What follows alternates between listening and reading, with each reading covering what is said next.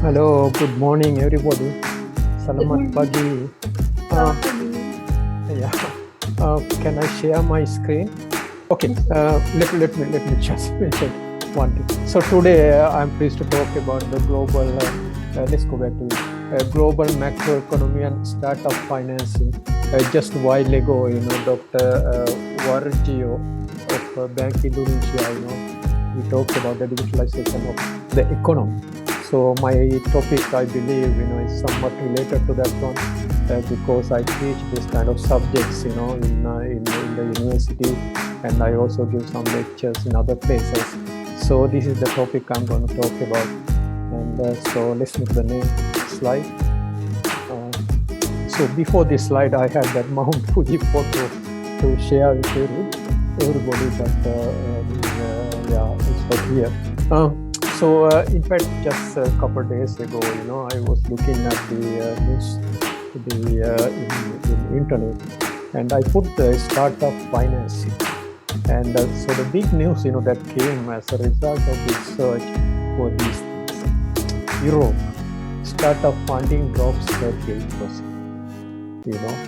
And in the US, the startup funding falls most. It has since 2019, so it has gone down. In India, startups funding declined by 40%. And in Southeast Asia also, and they have started firing, laying off hundreds of workers. And the other part says this may be just the beginning. So a lot of things happening, and this, we call them these kind of things macro kind of economy. It affects the entire world, and Dr. Wargio mentioned the importance of digitizing the economy in Indonesia. Indeed, in fact, this kind of things impact Indonesia as well, because the so-called fintech companies in Indonesia also, and this impacts their investment environment also. The companies like Gojek, now it has become GoTo, and so they, for example, invest in startups, and these startups are the kind of the big driving force of the economy. They are filling some gaps of digitalization that are not filled by big companies, and so they find some niche things or something that are missing in the digitalization process, and they provide that thing, to move the economies.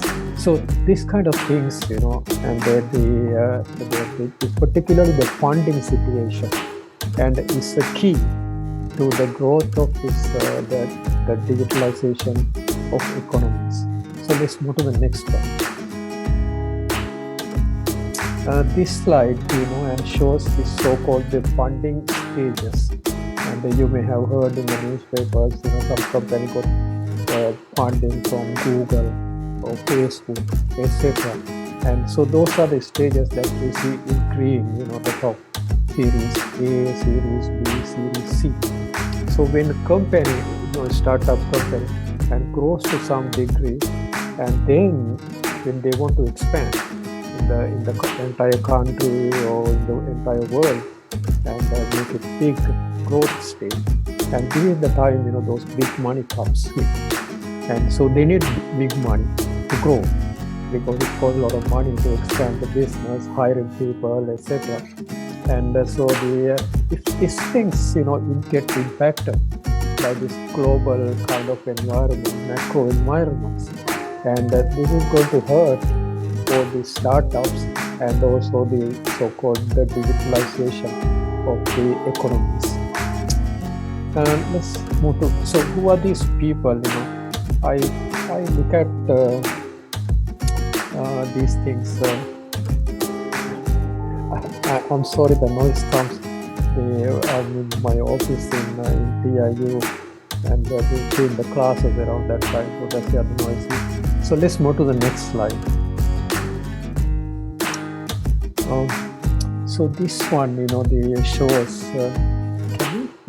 Can you make it large in the screen, full screen view?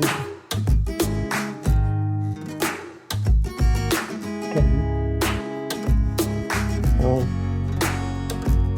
you can put it in full screen view, maybe better. Anyway, yeah, thank you. So the big money sources, you see the names, Gojek, and etc.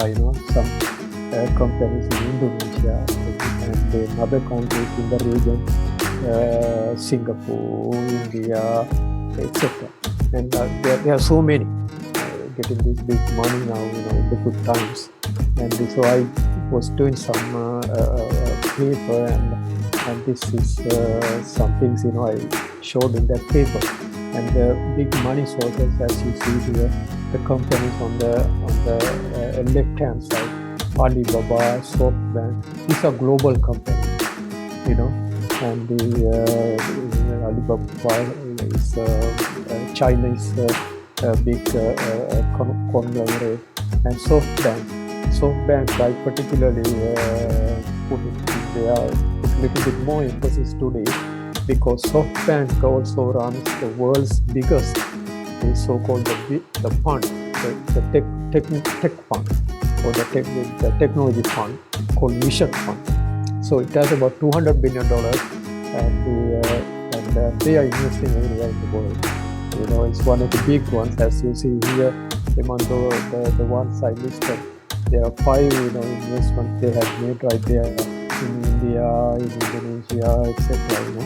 And then the Tencent also Chinese, Ph.D is Chinese, and then Gojek itself, and investing in India, Indonesia, and various countries. And Grab is another one you may have heard, and Tokopedia, Tokopedia and Gojek, as you know, they have gotten together. And then we look at the various other sources of funding, American big, the investment funds, all of them putting money into these startups. Okay, so those are the stages, A, B, C, D, etc. And let's move to the second one. Next slide. And the SoftBank, and I just mentioned, and Mr. Song, and he's the CEO, and he's one of the richest people in Japan. And he had a big hit by putting money when Alibaba was starting up in China, and he put $25 million. And when Alibaba went public, and his investment paid him more than $100 billion. You can imagine the growth. So he got a big name around the world, as a good, shrewd guy, shrewd man, who could see the startups and at the early stage, and put this money. So that's why all those $200 billion came from around the world, the rich people, in Saudi Arabia and other countries, and put money, and then he's investing. And this ARM is one of the big semiconductor companies, and etc. You see the top line. And in India, it's one of his favorite places these days, and putting money in various kind of. I show only a part. In Southeast Asia also, that go to Gab, and various companies in Singapore, and in China, of course, in the Alibaba and various other companies, doing big business. Some of them are listed in New York Stock Exchange also. So so all these things, and so he rely on these things, to make more money. And when the macroeconomic situation changes, and all these things get impacted. Okay, so let's move to the next one. And this is Mr. Song, and you see in the back of this the list of those companies, and those are only part of a small number of companies that you see investing. And I have some students that are working for remote in Tokyo, and so their job is to find these companies, you have to do a lot of, the screening, and then keeping an eye on, find the gems, like when you go mining and to find gems, and you don't know where gems are, right? And so you have to do a lot of the scraping and then find. So that's what they are doing. And so this is it. Okay? So let's move to the next one, and let's see how these things work. Sometimes I teach this kind of startup things for my students also, and one of the textbooks, and they show this diagram, and the macro economy on the green part, and then the blue part is the competition, the local competition, and the one in the middle is the startups called new venture in here. That's a startup. And so the people like Mr. Song and the investment funds, they are interested in that, the startups to grow. So when the macroeconomy changes, and these big funds also suffer. Okay? And so let's move to the next slide. And this is how the vision fund itself, and the ones on the top of the horizontal line is the profits he made, and the ones going down are the losses. And you see this is in Japanese yen and billion yen. Okay, so he recently recorded one of the biggest losses ever. Biggest loss he suffered, and one of the biggest losses suffered by a Japanese company. SoftBank itself is in Japan, but the Vision Fund is based in UK, but it's part of SoftBank. Okay? So they are all included in here.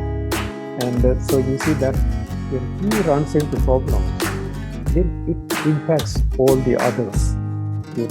So all these funds, and they get squeezed. And then all these the venture startups, they also get squeezed. That's why you see that the news, and that I showed at the beginning, and all the startups, and they don't get money. Then they stop. They start cutting people. So you saw that in Singapore, they actually started laying off, right? And same thing happening now. Even in the US, some companies are starting to lay off because of this macro situation. And India and China, to some degree, somehow China did a lot of the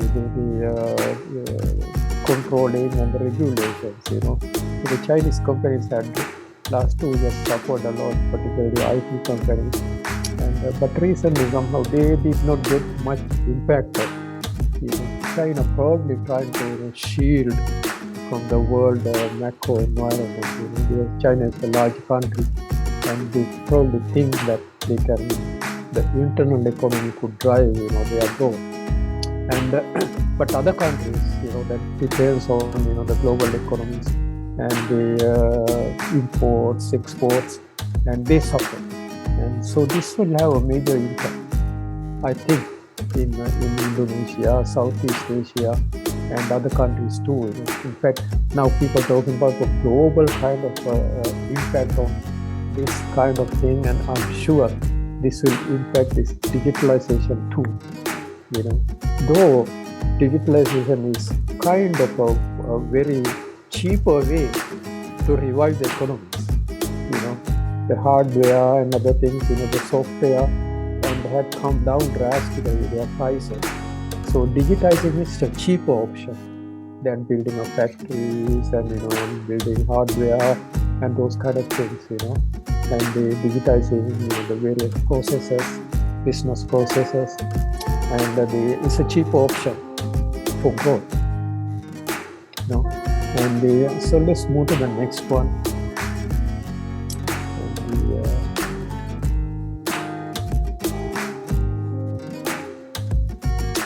This is another one, and these days, a lot of things, these startups support and are happening on the internet, and we call it cloud.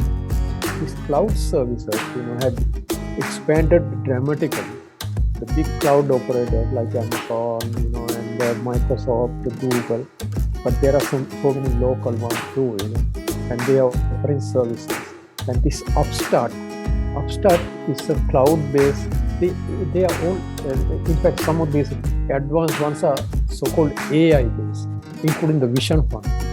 On top of all these experts doing the scavenging, and they also use AI. Okay? So the AI runs first, and then find some suggestions. Give the suggestions. Look at this company. Look at this company. Then these guys, look at them very carefully. So this is another example of AI-based online lending, and this Upstart, and some of you may have heard, it is based in California, in the United States, the Silicon Valley area. So they also give money to startups, and you see their growth slowing down, and so this is also part of this macroeconomic situation. Okay, now somehow these companies, when the macroeconomic situation is positive, and let's move to the next slide. And when the AI models, somehow, to use AI models, and those who are familiar with AI may know that you have to train the computer, to think, think probably like human or better than human in some cases. Okay? Particularly number crunching and going through the data, AI is much faster than humans, and so that's why they resorted to AI models, and they work very aggressively. And when the macro environment is favorable, this is because the people who write AI models, and they train them. They train them, to do when things go well, and they want to go ahead and make all the money, during good times. Somehow, these models do not seem to work well when the macro environment is negative, and this is a problem. And I know there may be some academics here in this conference, and also the business people. So you should be kind of aware of it when you use these AI models, and because something is missing in this trade, and because they are not taking all the facts, and this macro environment too, those who know the macroeconomics, and so a lot of things happening, on ground level before they show up in numbers, and those financial crises that happened in the Southeast Asia some time ago, and in Japan, there were some banking problems. In the United States, there are a lot of problems in the bank, and those things don't happen overnight, and those things happen, through some ripples happening, before this big thing comes out, and create a lot of problems. Okay? So these things, needs a little bit broader view when the models train. This is what we have found out, and I have written some papers on this subject, and you need to look at more broader, and sometimes we call it deep learning in the AI, and you need these deep learning models, and maybe even deeper learning models to address these problems, and particularly. And let's go to the next one. And so the next slide in fact shows these stages. And if you click the mouse, you'll see the rest of the part. And what I'm talking about in fact, and this is the before anything happened, and when things happen, in the macroeconomy, and then click the other mouse button again. And the macro negative, the news, negative macroeconomy is going not good, like right now when it's happening. And then all those, click again, please. And all those fundings go down. So the money kind of shrinks. It's like a drought coming, in the, if you see a drought, right? It affects the water, sources, the poor animals, and so animals, sometimes die, right? Same thing happened in here, and the companies, many companies, those startups even die, because the money is their oxygen, right? And or their water, and the drought comes, and then the water resources dry up, so they die. Same thing happened, and in these startups, and that will impact this so-called digitization, particularly impact the innovations, because a lot of this digitization for the digital transformation, sometimes we call, and are created by small startups. If you look at all these companies, like even SoftBank, was kind of startup at the beginning. When Mr. Song started a small company, and creating games, and then it became big, and so they could become large, of course, some of those companies, and if you look up inside all those companies, they were startups at some stage, right? And some of them have grown big, and so this will impact, I think, all these countries, and particularly emerging countries like Indonesia. And so let's go to the next one. This is based on some paper, me and some of my friends wrote, and taking an ecosystemic view of this, particularly the fintech kind of situation, and this involves not just looking at the data of one or few companies, and looking at data from several sources. We found the government regulations play a key role, and various things regarding the things related to the companies, investors, consumers, and the all kind of cross sections, and they need to be connected to these AI models, and to my the experience, and this thing had not happened in many of these AI start the based the investment funds. That's why they are suffering, and so if they are careful, with this one, they should have known before these things come in, and so this one needs a lot of research, and so this is the message. In fact, I like to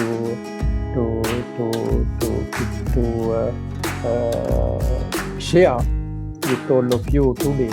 And let's go to my last slide. And so in fact, this is one of those papers, I wrote it to my friends, and I think this may be the last one. I'm sorry, this presentation is short, because I was given only 30 minutes or so, and so I like to stop here. And if there's any questions, I can answer. And if there's anything that I mentioned and needs further explanation, and I can answer here. With that, I will stop. And this is a big topic, and we can write books about this one. And in fact, this journal asks us to write a book, this subject, and it's a very wide subject, and getting a lot of attention these days, because of the emergence of startups. And as you see in Indonesia, Southeast Asia, and a lot of nice stories, successful stories. I know you probably know better than me in Indonesia, success stories of startups. So they had helped. If you look up the Gojek, I think the website, how much the social contribution it is doing, to the country, etc. I think they have exposed, and I think some professors in Rajamada University also wrote something on this thing. So they have done great kind of contributions in the economics, and so they are getting impacted by this AI based the vision fund type, the funding sources. They are good. I'm not criticizing them. We need them, but they need to be careful. So with that, I want to thank all of you and organizing this conference, and thank you so much, for giving me the opportunity. And so, any question or anything, now I think we have a Q&A session also, I believe, and I can hang around till that time. And, so thank you so much.